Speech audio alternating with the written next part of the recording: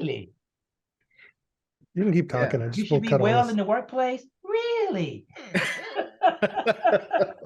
What a creative new idea. We're like, Yeah, yeah, it's getting thick in here, Kai. Let's Zen walk. we did that like multiple times a day sometimes. Oh man. Oh man.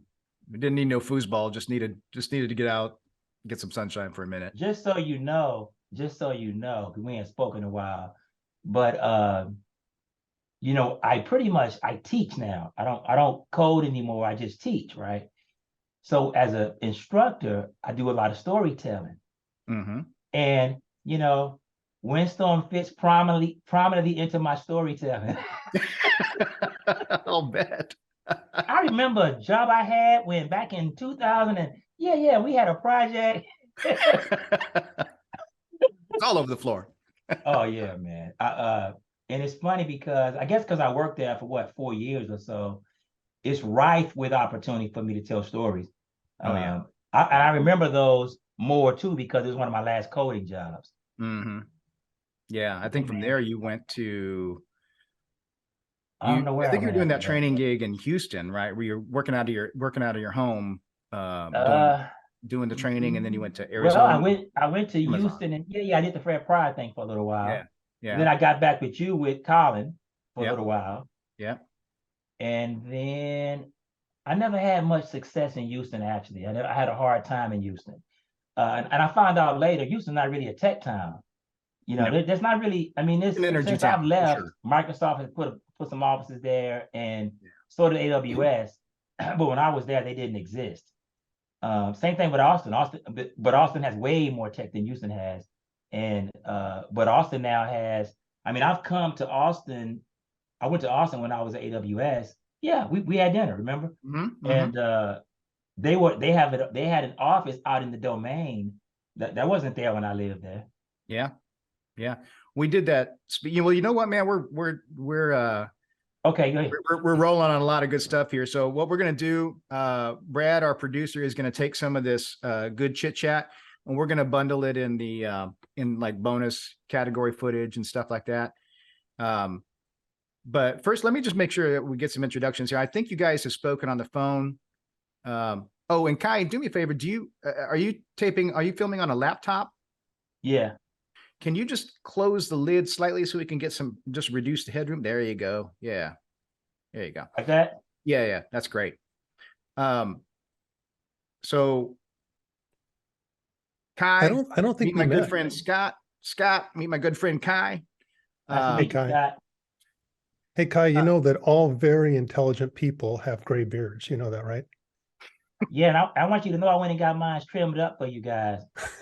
Nice. It didn't look this nice an hour ago. Scott's beard is perpetually trimmed.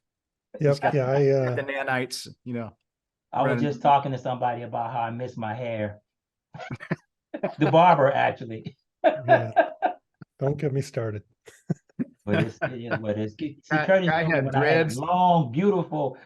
You had dreads down to your back, I think, when I met you, man. Right? Don't remind me, dude. It's okay. It's still there. It's just relocated. Yeah. It's all in my ears, personally. I don't know. But you still got a full head of hair, so. Oh yeah. Ish.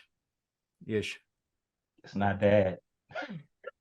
All right, guys. Well, listen, hey, Kai, here's what we're thinking about for the conversation. So we'll cut this little preamble out, but Brad, please cut this little preamble out. We're just setting it up. And we're out. Are we paused? Yeah, pause, and we'll come in right back. All right. There's no commercial? There will be. They'll put one in. We have people for that. I'm just messing with you. Yeah. I thought you wanted me to do the commercial too. Yeah. You just get up and sing and dance a little bit for us, Kai. I love Sprite. It's funny, man. I was talking about you the other day. I was talking to somebody about acting. I think it might be my daughter because she's into music and stuff. And I said, yeah, he was on TV show. And I said, yeah, he gave me a CD one time. She was like, what? You know all these people. Hook me up. She's she's gonna do something next year at the Philharmonic, not the Philharmonic, at Carnegie Hall in New Wow. York. Holy crap. They're in some kind of orchestra competition and she gets to play in. She's more excited about New York than she is the competition. But oh man, she's discovering makeup and purses and all that stuff now. Make sure she's got her carry gun with her. A carry gun? Sending her to Manhattan these days, man. Not New York, sure. Man. New York strict. Yeah, well, she's not going by herself. No, I'll be with her. Make sure you're packing. I'm the carry gun. All right, we're back in 3, 2. I know we were on break. I was just talking. Yeah, no. I'm itching to follow up. I'm going to wait till Curtis brings us back in, and I want to follow up because I think the stuff you're saying is so important to companies, and they're missing it. You know, it's not that tough. No, it's not that tough, and it's like playing a sport for a coach that you know the coach loves you. You know what I mean? It's like I'm going to do what he says. I'm going to give him my all. I'm going to work as hard as I can. And I know that I'm going to get it back. You know, I'm going to get it back on the other side, or, you know, just the being appreciated. And I remember when I first came to Microsoft, I was in a meeting, and this is before I knew anything. I've been there like a month maybe. I was in a meeting, and a lady began to talk. She was saying something, and someone cut her off, like just cut her off and started talking. And the manager in that meeting said, very, very, he wasn't upset. He with a nice demeanor. He said, "Oh, sorry, Scott. I didn't mean. Let me let Lisa finish her thought." Right? Nice. I've never seen that. I was like, so after that meeting, I went up to him and I said, "Man, you're impressive." You know, I was like, I've never seen any leader do that in a meeting. And he continued to be that way, not just on that issue, but anything you would expect in that realm, he lived up to. And he ended up leaving our team, went somewhere else. But boy, you know, always want to hear what you have to say. What is your perspective? How do you feel about this? And I don't know if they learned that lesson from previous CEOs or whatever, but it's the best place I've ever been. Cool. And like I said, I use the word culture. I don't know if you're familiar with that. I know Curtis probably is. The quote by Peter Drucker. Culture. What is it? What is it? Eat strategy or strategy for breakfast. Yeah. Yeah. That's one of my favorite quotes of all time. And it's not a perfect culture by no stretch of the imagination, but they are serious about it being their ideal for it. They're serious about. Whereas I've been other places and it's just lip service. Yeah. Hey, Curtis, when we come back in, I want to wrap up what he said really quick because he had 3 just incredibly poignant thoughts that I wanted so if you bring us back in, I want to make sure and touch on them because I think they're good lessons for everybody. Excellent. All right, let's bring it back in. And we're back in 3, 2, and we're out. You guys are everywhere. Man, it's been a long time since I did a podcast, so I'm a little rusty. Yeah. No, it was great. I know sometimes I was rambling, so I apologize. No. It was all good. Hey, you know, man, I think this is a really interesting question about what advice we'd offer the kids. And I almost take something different away from your story. I don't take away tech or digital literacy. I think that last point you hit on, confidence, I guess much more about that, you know, because as good as you are at technology, to me, I've never seen you happier or more fulfilled than when you're in front of a room teaching. Oh man. You know? Yeah, I've never seen you happy. Realize how much I love doing it and how little I get to do it now. Yeah. I love it. Yeah. You know, we discovered that, you know, at the same time. I love it. You met my friend Lonnie, didn't you? Lonnie? Sounds familiar. I don't know if you met her. She came to Austin one time for a conference. She ended up being on my dissertation committee. yeah. Didn't we do that Microsoft? Didn't we speak at that Microsoft thing together? I think so. I think so. I gave a talk on mobile with Microsoft. Yeah, she just gave me a contract for my little consulting firm at the California State University.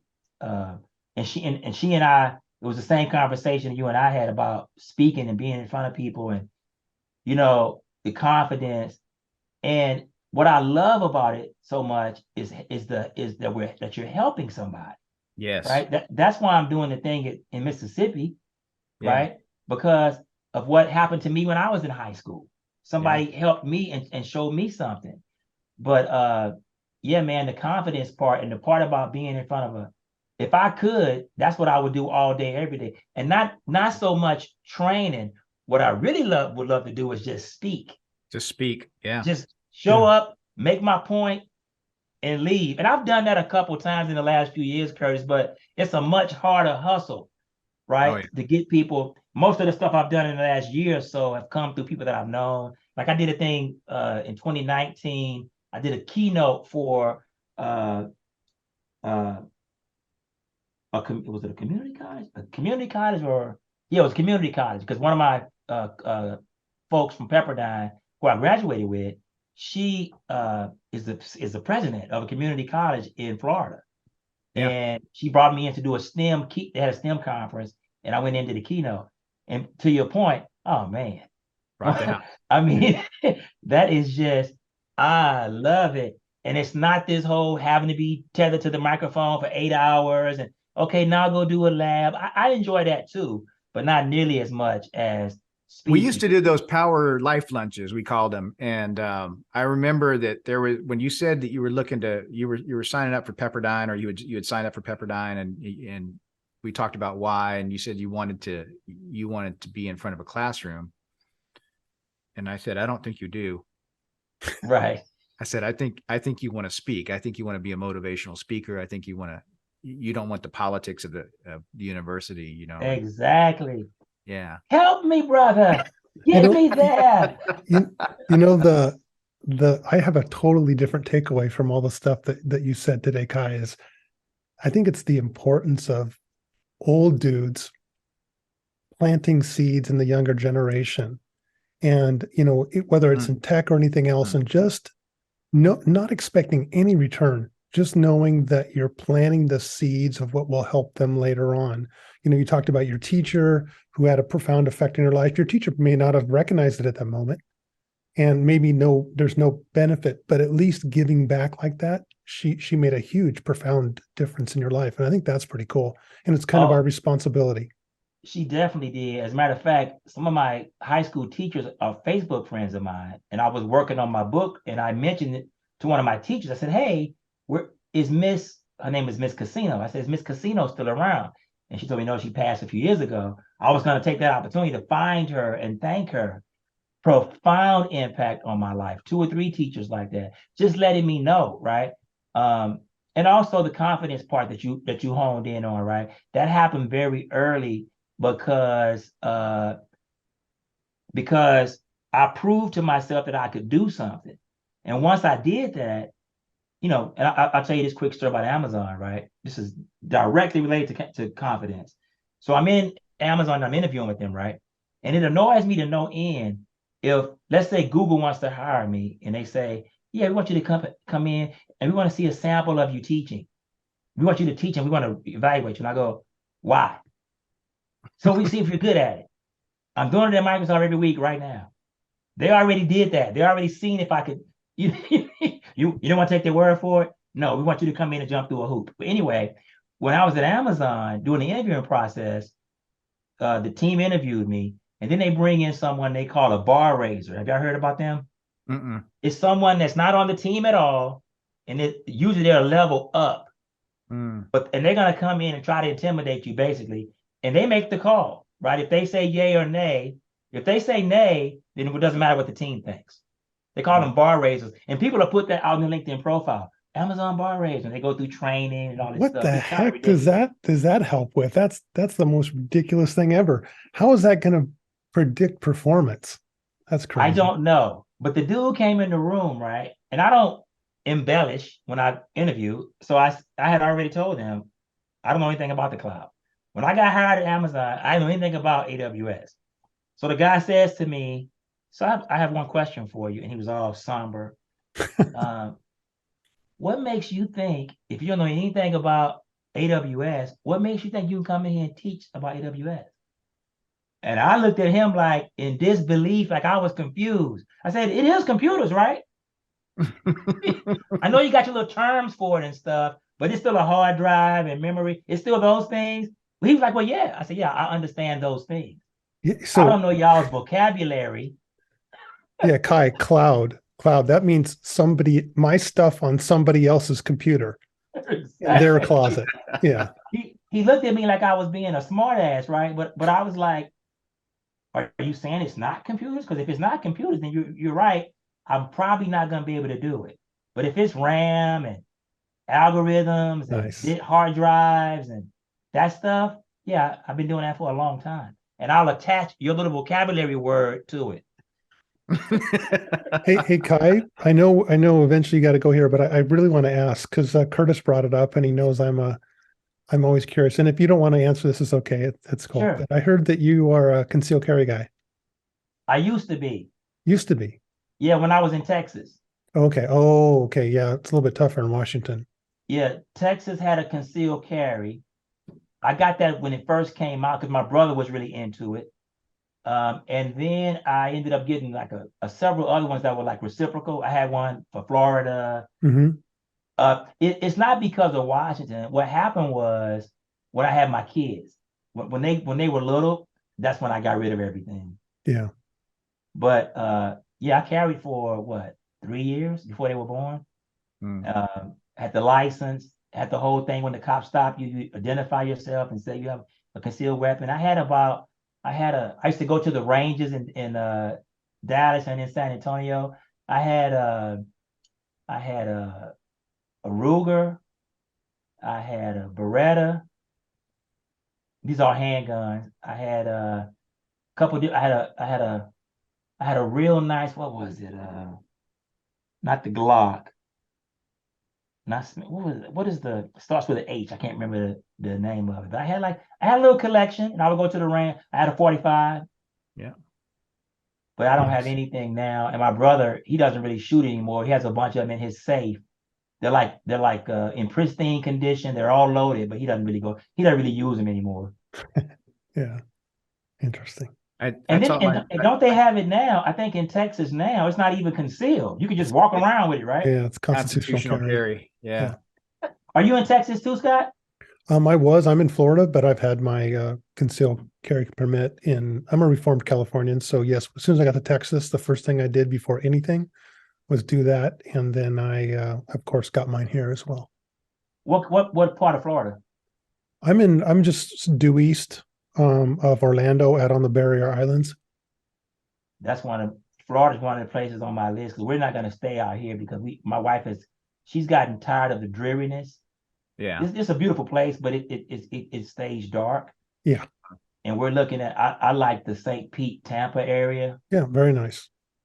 So that we may end up there, and maybe I will get my kids are getting grown now. My son's 15, my daughter's 16. She'll be 17 in March. Man, she'll be a senior next year.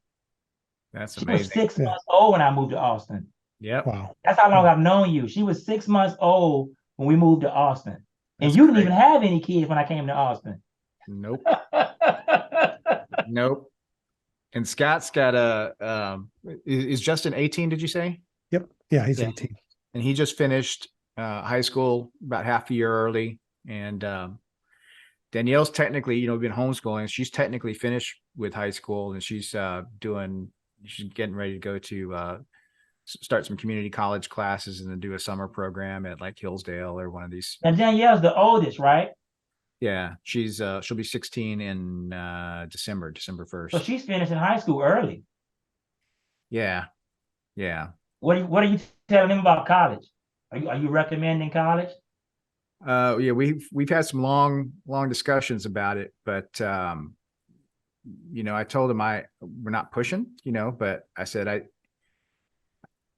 similar to you, I said, if you find something you really enjoy and you want to go, go. If it's a super expensive private school, I probably can't pay for 3 of those.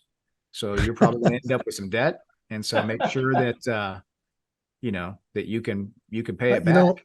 I have some work to do because I need to get on the phone because you have 3 daughters. So yes, they need to go to 3 expensive universities and then 3 expensive weddings eventually. So I think you're all set. Dude, the debt is a huge part of it. Oh my gosh. And I told my kids the same thing. If you have something you want to learn that you're passionate about learning more about, go to college. But not for no job, which is what I was doing. Yeah. You know what else? I'll tell you this. A guy I worked with at my manager, actually, he wasn't my manager when I started. He's my manager now at Microsoft. He told me that he put so much pressure on his kid to go to college. The kid had like a nervous breakdown, like while he was in high school. And so my manager's like learned his lesson from that. He's like, okay, whatever you need to do, whatever you want to do is fine with us, no pressure. And there's a lot of folks out here are like that, right? They're so caught up in Microsoft, Amazon, Google. The kid has to, my daughter has a friend. The kid wants to be a musician, and they're just pushing her to go into STEM. She doesn't want to. Oh yeah, she doesn't want to, and they're just pushing her into it. She's been studying for the SAT for 3 years, so she can get a good SAT score, so she can go to Stanford. But and she's an incredible artist. Like she can draw, and they're like, you can't make no money drawing. Kai, you and I have been talking about this for now 15 years, right? But we said back at Windstorm days, we said, look, at the end of the day, developer is a highly paid mechanic, right? Exactly. You're a plumber. And all that global pressure, right, is pushing those jobs to the cheaper places. And what's going to retain is the creative part. And if you're not part of the creative part, you better be a fucking good mechanic. Well, and the thing is, in a lot of situations, that was one of my frustrations. They took away the creative part. Yeah. That's what makes you a mechanic. It's like you're just gonna go ahead and turn this wrench 6 times, and then whereas when I first started, I was able to come up with everything, right? Yeah. You can still do that to some degree, but for the most part, I always tell these stories about project managers. I know you were one, so I'm excluding you. but I had some terrible ones. Remember? We're gonna bleep out that name, Brad. But oh, I know you were still recording. Oh, I'll turn it off. No, it's okay. It's okay. We'll just cut out that name. But yeah, I do remember her. But yeah, I don't disagree with any of that. And but I tell my kids, there's a lot of I don't want to say jobs, but careers or things you can make a living at doing. You can't even go to college to become, right? Back to the comedy thing. Like I think my son has a comedic ability. I think he does, right? Wonder where he gets that from, Kai. I haven't told him yet. Scott, I don't know how much you know about Kai's wife, Kathy, is a fantastic dancer. Kai, tell Scott who Kathy used to dance with. With Erykah Badu. Yeah. You know what? I know the name, but I'm not. Yeah. And she just told my daughter that because my daughter's like asking him questions. Oh, you all these famous people that she knows. But man, I don't know how much you know about Curtis Scott, but you know about his comedic escapades. You know what? He told me just briefly a little bit about it, but not a whole lot. I'll give you credit for doing it, man, because you did it, and I punked out. But I'm still in touch with that guy. I forgot his name. Was his name Scott? The guy who taught the class? Yeah. Oh, I can't even remember. He was nowhere. But man, I don't know how much you still follow comedy. Do you still follow comedy, Curtis? Yeah, but it's not as easy to follow it anymore. I mean, like there's so much, Netflix specials and shit like that. But that's what I mean. Have you heard of this guy named David? Have you heard of this guy named David A. Arnold? He actually died recently, and he was just now starting to get his rhythm. And he's got 2 Netflix specials on Netflix right now. And in one of the bits, he talks about how his father would ridicule him and say, what kind of job you gonna get acting a fool all the time, right? And then he just posed on stage like, here we go. You know, I think my son has some of that. They mentioned it, his teachers mentioned it, and his friends, relatives. Yeah. And so I kind of, try to plant the seed a little bit. There are jobs like that Yeah. or ways to make a living. There's no college for you to go to. Yeah. You just That's got to right. go out there and do it. And he You gotta has do some of that Joe in him. Rogan. Yeah. Yeah. And at this point, I really do see STEM from an opportunistic standpoint. Yeah. Like it served me.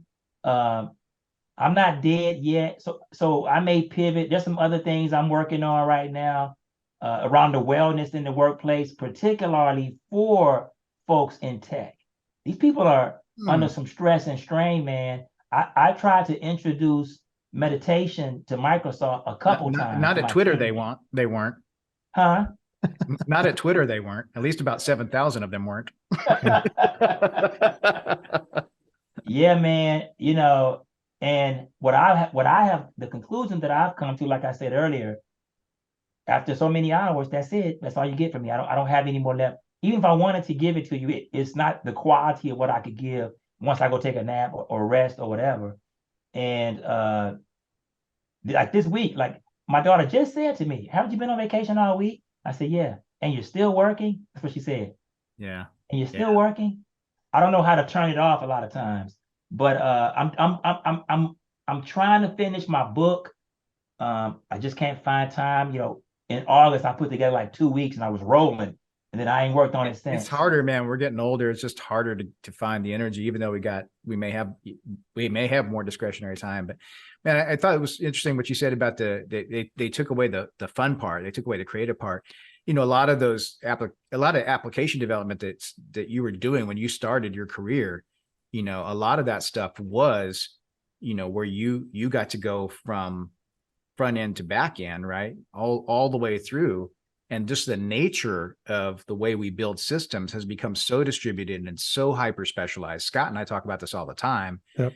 And when we do agile DevOps, DevSecOps training and transformations, part of the challenge for these big companies, the reason they're so metastasized is because they're so fucking specialized that, somebody literally is just turning that wrench, not literally, but figuratively, just turning that wrench just for their little piece. And it's not even, they're not talking to users. They're not talking to customers. They're talking to their fellow developer, right? They're just building the API. Oh, your API is broken. Okay, go fix it.